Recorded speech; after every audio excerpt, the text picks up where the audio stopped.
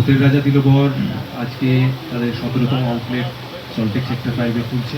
তো নতুন করে আরও একটা পথ চলা শুরু হলো রাজীব এবং তার গোটা টিমের। এবং গত বেশ কয়েকটি এরকম শুভ দিনে আমার ওদের সঙ্গে থাকার সৌভাগ্য হয়েছে, আজকেও সেটা হলো। সেই জন্য আমি কৃতজ্ঞ এবং খুবই খুশি যে একটা নতুন পথ চলা এখান থেকে আরও শুরু হচ্ছে। এবং আমরা এটাও খবর পেলাম, আগেও তার একটা আভাস ছিল যে পরবর্তী আউটলেটটা ওরা দেশের গণ্ডি পেরিয়ে বাইরে, অর্থাৎ ইউকেতে ওদের 18তম আউটলেট খুলবেন। একটু আগে যারা এখানে বলেছেন তাদের কথার মাধ্যমেই বিশেষ বিশেষ কয়েকটা কথা উঠে এসেছে। আমার মনে হয় সেই কথাগুলো আরও একবার বলা বোধহয় উচিত।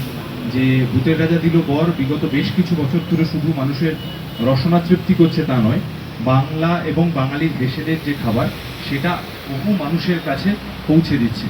কোথাও গিয়ে আমি একদমই একমত আমার আগের বক্তাদের সঙ্গে যে এইভাবে কিন্তু বাংলার যে আপন বিষয়গুলো, বাংলার এই যে ভোজন প্রিয়তা বা ভোজন রসিকতা, সেটাকে আরও এগিয়ে নিয়ে যাওয়া এবং তার সঙ্গে সঙ্গে অবশ্যই ব্যবসা এবং কর্মসংস্থানের বিষয় তো আছে, সেগুলোতে তারা যে প্রতিনিয়ত চেষ্টা করে চলেছে সেটা সাধুবাদযোগ্য। তো আমার তরফ থেকে অনেক অনেক শুভেচ্ছা রইল গোটা টিমের কাছে, কারণ এটা শুধুই খাওয়া দাওয়ার জায়গা নয়। আমরা এখন অনেকেই জানি যে এই যেখানে বাঙালি খাবার দাবার হয় সেখানে যখন একটা পরিবার বা বন্ধু বান্ধবরা খেতে আসেন, তারা নিজেদের মধ্যে একান্ত অনেকটা সময়ও কাটান। আমাদের কাছে তো প্রতিদিন সময় বড় দ্রুত ছোট হয়ে আসছে, কম হয়ে আসছে।